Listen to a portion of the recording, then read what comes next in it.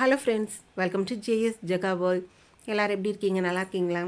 இன்றைக்கி நம்ம இந்த வீடியோவில் என்ன பார்க்குறோன்னா, சிறுகிழங்கு அப்புறம் சின்ன உள்ளி யூஸ் பண்ணி எப்படி மசாலா கறி வந்து டேஸ்டியாக பண்ணுறதுன்னு சொல்லிட்டு பார்க்கலாம். அதுக்காக நான் எடுத்து வச்சுருக்க சிறுகிழங்கு வந்து ஃபஸ்ட் நம்ம க்ளீன் பண்ணிக்கலாம். அதுக்கு ஒரு கவர் எடுத்துருக்கிறேன். அந்த கவரில் வந்து நம்ம எடுத்து வச்சுருக்கிற சிறுகிழங்கு போட்டுக்கலாம். பிளாஸ்டிக் கவர் இருந்தாலும் சரி தான், ஏதாவது கேரி பேக் சின்ன கேரி பேக் மாதிரி இருக்கும்ல, ஸோ அது இருந்தாலும் ஓகே தான். அதுக்குள்ளாடி போட்டு நம்ம தரையில் வச்சு நல்லா அடிச்சிட்டோன்னு வச்சுக்கோங்களேன். அதில் இருக்கக்கூடிய அந்த மண், அந்த தோல் எல்லாமே வந்து இலகி வந்து வந்துடும். இந்த மாதிரி நல்லா தட்டி நம்ம வந்து பண்ணும்போது எல்லாமே இலகிரும். இலகின அப்புறமா நம்ம வாஷ் பண்ணிவிட்டு இந்த மாதிரி தான் இருக்குது. இதை வந்து நம்ம கத்தி வச்சு நல்லா அந்த மறுபடியும் அதை வந்து ரிமூவ் பண்ணிவிட்டு நம்ம வந்து நறுக்கி எடுத்துக்கலாம். கூடவே சின்ன வெங்காயம் எடுத்துருக்கிறேன், பச்சை மிளகாய் எடுத்துருக்கிறேன், அதையும் நறுக்கி வச்சுருக்கிறேன். இப்போ அதுக்கான மசாலா வந்து ப்ரிப்பேர் பண்ணிக்கலாம். அதுக்கு ஒரு பேன் எடுத்துக்கோங்க. பேன் வந்து ஹீட் ஆனதும் அதில் வந்து கொஞ்சமாக தேங்காய் எண்ணெய் விட்டுக்கோங்க. எண்ணெய் வந்து காஞ்சதும் நம்ம குழம்போட திக்னஸ்க்கு ஏற்றவாறு தேங்காய் துருவல்கள் எடுத்துக்கலாம். கூடவே கொஞ்சமாக கருவேப்பிலையும் ஆட் பண்ணிக்கலாம். ஆட் பண்ணிவிட்டு அதை வந்து நம்ம வந்து நல்லா வறுத்துக்கலாம். அந்த கூடவே கொஞ்சம் நல்ல மிளகு, ஒரு ஸ்பூன் நல்ல மிளகு போட்டுக்கலாம். போட்டுட்டு நம்ம வந்து நல்லா வந்து வறுத்துக்கலாம். அது வந்து கலர் வந்து நல்லா சேஞ்ச் ஆகி அந்த ப்ரௌனிஷ் கலரில் தேங்காய் வந்து நல்லா வறுபட்டு ப்ரௌனிஷ் கலரில் வரும். ஹை ஃப்ளேமில் வந்து வைக்க வேண்டாம், லோ ஃப்ளேமில் வச்சு நம்ம வந்து பண்ணால் போதும். அப்போ தான் எல்லா தேங்காயும் வந்து நம்மளுக்கு வந்து ஈக்குவலாக வந்து நம்மளுக்கு வந்து வறுத்து கிடைக்கும். அது வந்து நல்லா வந்து வறுபடட்டும்.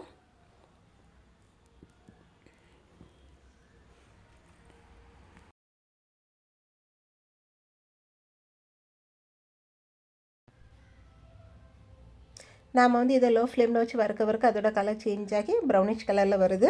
அந்த கலர் வந்து நல்லா சேஞ்ச் ஆன அப்புறமா நம்ம இது கூட வந்து மசாலா பொடி எல்லாமே நம்ம வந்து ஆட் பண்ணிக்கலாம். தேங்காயும் இப்போ வந்து பார்த்திங்கன்னா ஆல்மோஸ்ட் நல்லா வந்து வறுபட்டுடுச்சு. அதோட கலரும் வந்து பாருங்கள், அந்த ப்ரௌனிஷ் கலரில் வந்து மாற ஆரம்பிச்சிடுச்சு. இந்த மாதிரி பண்ணும்போது அதோட டேஸ்ட் வந்து ரொம்ப நல்லாயிருக்கும், வாசமும் ரொம்ப நல்லாயிருக்கும். இது வந்து நம்ம சாப்பாடு கூட பிசைஞ்சு சாப்பிடும்போது அவ்வளோ ஒரு டேஸ்ட்டாக இருக்குங்க. மசால் கறினா இதுதான் மசால் கறின்ட்டு சொல்லுவீங்க, அந்தளவுக்கு டேஸ்ட்டாக இருக்கும். இது வந்து வறுபட்ட அப்புறமா நம்ம வந்து கொத்தமல்லி பொடி யூஸ் பண்ணிக்கலாம். அப்புறமா காரத்துக்கு ஏற்றவாறு மிளகாய்த்தூள், நம்ம வந்து மிளகாய்த்தூள் வந்து எந்த ஸ்பூனுக்கு எடுக்கிறோமோ அந்த ஸ்பூனுக்கு டபுள் வந்து கொத்தமல்லி பொடி நம்ம ஆட் பண்ணணும். அப்புறமா மஞ்சள் தூள் ஆட் பண்ணி அதையும் அந்த பச்சை வாசனை மாறுறது வரைக்கும் அந்த சூட்டில் வந்து நம்ம வந்து வறுத்துக்கலாம். இப்போ வந்து நம்ம வந்து ஸ்டவ்வை ஆஃப் பண்ணிடலாம். ஆஃப் பண்ணிவிட்டு அந்த பொடியெல்லாம் போட்டால் போதும், இல்லாட்டி பொடி வந்து கரிஞ்சிரும். அது வந்து நல்லா அந்த பச்சை வாசனை போனதும் நம்ம வந்து ஒரு ஸ்பூன் பெருஞ்சீரகம் தான் இந்த குழம்புக்கு மெயினே. அது வந்து நல்ல ஒரு வாசமாக இருக்கும், டேஸ்ட்டும் ரொம்ப நல்லாயிருக்கும். அதையும் லைட்டாக நம்ம வதக்கிக்கிட்டு அதை வந்து நம்ம வந்து ஆற விட்டு அரைச்சி எடுத்துக்கலாம். இப்போ அதே பேனில் வந்து தேவையான அளவு நம்ம எண்ணெய் விட்டுக்கலாம். தேங்காய் எண்ணெய் விட்டுக்கோங்க. தேங்காய் எண்ணெய் தான் டேஸ்ட் வந்து ரொம்ப நல்லாயிருக்கும். எண்ணெய் வந்து நல்லா காய்ச்சதும் கடுகு போட்டுக்கலாம். கடுகு வந்து வெடிக்கட்டும். கடுகு வெடித்ததும் மறுபடியும் ஒரு ஸ்பூன் வந்து பெருஞ்சீரகம் வந்து ஆட் பண்ணிக்கலாம். அதுவும் நல்ல எண்ணெயில் பொரிஞ்சதும் கருவேப்பிலை போட்டுக்கலாம். கருவேப்பிலையும் எண்ணெயில் வந்து நல்லா வந்து நம்ம வந்து வதக்கி விட்டுக்கலாம். அது நல்லா வசங்கின அப்புறமா நாம் எடுத்து வச்சுருக்கிற சின்ன வெங்காயம், அப்புறமா ஒரு பச்சை மிளகாய் எடுத்துக்கிட்டோம் இல்லையா, ஸோ அதையும் நாம் இது கூட ஆட் பண்ணி அதையும் நாம் வந்து நல்லா வந்து வதக்கி விட்டுக்கலாம். இது எல்லாமே பண்ணுறது லோ ஃப்ளேமில் வச்சு பண்ணால் போதும். எல்லாத்தையும் நம்ம நல்லா வதக்கி விட்டுக்கலாம். அந்த உள்ளியை வந்து வதங்கி வரும். அந்த உள்ளியோட அந்த லேயர்ஸ் வந்து எல்லாமே பிரிஞ்சு வரும். அந்த எண்ணெயிலே அது வந்து வசங்கிக்கிட்டு நல்லா வசங்கின அப்புறமா நாம் நறுக்கி வச்சுருக்கிற அந்த சிறு கிழங்கு இருக்கு இல்லையா, அதை வந்து நாம் இது கூட வந்து ஆட் பண்ணிக்கலாம். சிறுகிழங்கு ஆட் பண்ணிவிட்டு அதையும் நம்ம வந்து அந்த எண்ணெயிலே நல்லா வந்து ஒரு 2 மினிட்ஸ்க்கு வந்து நம்ம நல்லா கிளறி கொடுத்துட்டே இருக்கலாம். கிளறி கொடுக்கும்போது அந்த எண்ணெய் எல்லாமே கொஞ்சம் பிடிக்கும். அதனால் நல்லா கிளறி கொடுத்துட்டு இந்த காய் வந்து வேகிறதுக்கு தேவையான அளவு உப்பு போட்டுக்கலாம். உப்பு போட்டுட்டு அதையும் ஒருக்கா கிண்டி கொடுத்துட்டு தேவையான அளவு தண்ணி விட்டு நாம் வந்து மூடி போட்டு வேக விட்டுறலாம். இந்த சிறுகிழங்கு வந்து பார்த்திங்கன்னா வேகிறதுக்கு கொஞ்சம் டைம் எடுக்கும், கிட்டத்தட்ட ஒரு 10 மினிட்ஸ் கிட்ட ஆகிரும். அதனால் நீங்கள் வந்து குக்கரில் வேக வைக்கிறதா இருந்துச்சுன்னா நீங்கள் வந்து குக்கர்லேயும் வேக வச்சு எடுத்துக்கலாம். இது வந்து தேவையான அளவு தண்ணி விட்டுட்டு நல்லா கிளறி கொடுத்துட்டு மூடி போட்டு நாம் வந்து வேக விட்டுறலாம்.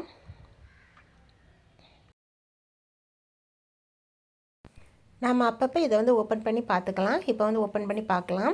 இப்போ அந்த கிழங்கு வந்து பார்த்திங்கன்னா தண்ணியெல்லாம் அப்சர்வ் ஆகி வெந்திருக்கு. இப்போ வந்து அந்த காய் வந்து வெந்திருக்கான்னு செக் பண்ணி பார்க்கலாம். வேகாமல் இருந்துச்சுன்னா மறுபடியும் நம்ம மூடி போட்டுக்கலாம். பாருங்கள், வெந்திருக்கு, கொஞ்சம் வேகணும். ஸோ அதனால் நாம் வந்து மறுபடியும் ஒரு 2 மினிட்ஸ்க்கு வந்து மூடி போட்டு நாம் வந்து வேக விட்டுறலாம். மூடி போட்டுக்கலாம். ஒரு 2 to 3 மினிட்ஸ் வந்து அது வந்து வேகட்டும்.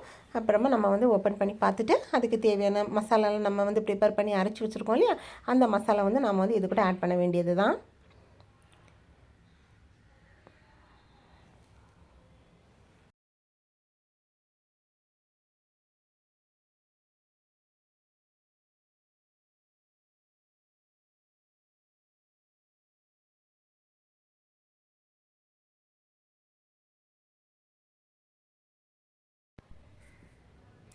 மசாலா ஆட் பண்ணிவிட்டு தேவையான அளவு தண்ணியை நாம் விட்டுக்கலாம். விட்டுட்டு அதையும் நல்லா மிக்ஸ் பண்ணி விட்டுட்டு உப்பெல்லாம் நம்ம செக் பண்ணி பார்த்துக்கலாம். தேவைப்பட்டுனா உப்பு ஆட் பண்ணிக்குவாங்க. எல்லாமே செக் பண்ணிவிட்டு நாம் வந்து நல்லா வந்து அதை வந்து கொதிக்க விட்டுறலாம்.